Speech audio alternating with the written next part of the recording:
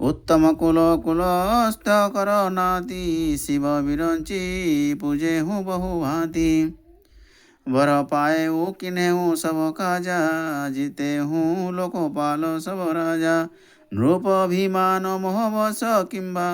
हरियाने हूँ सीता जगदम्बा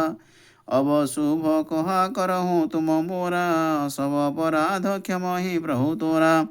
दशनगह ओ तृणकंठ कुठारी पुरजन संग सहित निज नारी सादर जनक सुत ही करियागे ही विधि चलहु सकल भय त्यागे प्रणत पाल रघुवंश मणि त्राहि त्राहि अब मोहि सुनत ही आरत वचन प्रभु अभय करहिंगे तोहि रे कपि पोचो न बोलो समारी मूढ़ न जाने सी मोहि सुरारी कहु निज नाम जनक कर भाई केहिता नाते मानिए मिताई अंगद नाम बाली कर बेटा तू सु कबहु भई हो भेटा अंगद वचन सुनत सकुचाना यहाँ रहा पाली बानर मुँह जाना अंगद तू ही पाली कर बालक उपजे वंश नल कुल घालक गर्भ न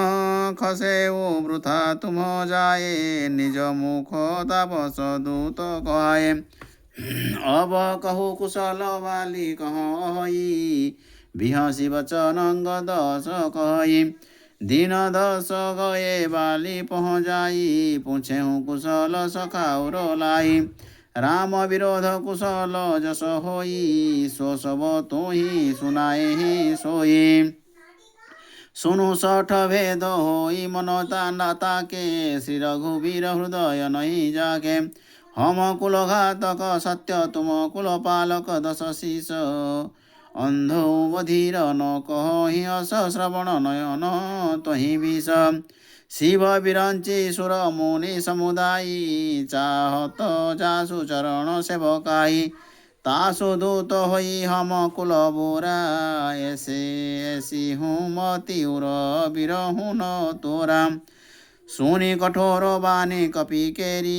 कहत दशानन नयन तरेरी खल तब कठिन वचन मौ सहूँ नीति धर्म सब जानत हूँ कह कपि धर्मशीलता तोरी हम हूँ सुनि कृत परतीय चोरी देखे हूँ नयन दूत रखबारी बूढ़ी न मरमु धर्म व्रत धारी सियावर रामचंद्र की जय पवन सुत हनुमान जी की जय जय जय जय सीताराम।